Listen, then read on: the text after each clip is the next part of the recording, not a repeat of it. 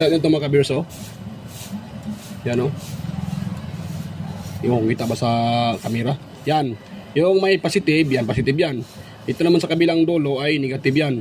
Itong dalawa sa gitna, yan ay para sa ating output dito, sa ating transformer. Yung output dito, dyan natin ilagay.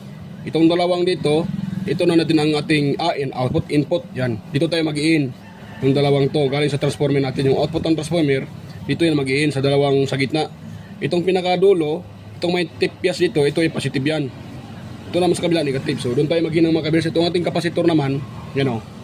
So, dapat mga kabirsa, yung ating kapasitor ay 25 volts pataas. Huwag tayong maglagay ng 16 volts kasi 12 volts yung gagamitin natin eh. So, para safety, kailangan 25 volts pataas yung ating kapasitor. At saka, bahala na kayo kung anong ilagay nyo na ilang microfarads. Pwede rin, 1,000 microfarad. Ito sa ang ginagamit ko ay 2.2, yan, 2,200 microfarad. Pwede din, 3,000.